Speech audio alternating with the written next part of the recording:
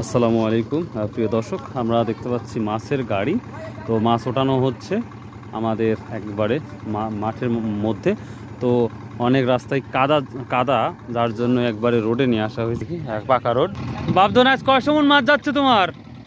আজকে 3000 কেজি মাছ যাচ্ছে। 3000 কেজি?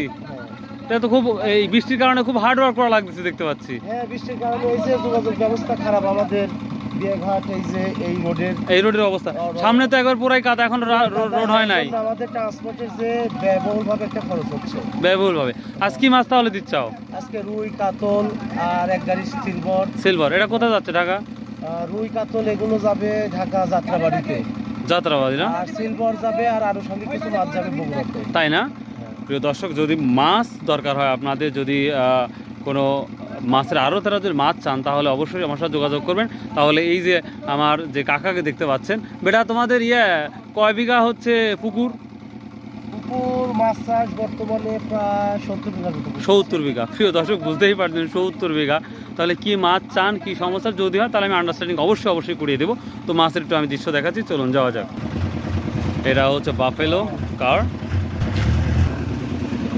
এই যে মাছগুলা খুবই সুন্দরভাবে কিন্তু ধরে ধরে নিচ্ছে। ব্যাপারটা হচ্ছে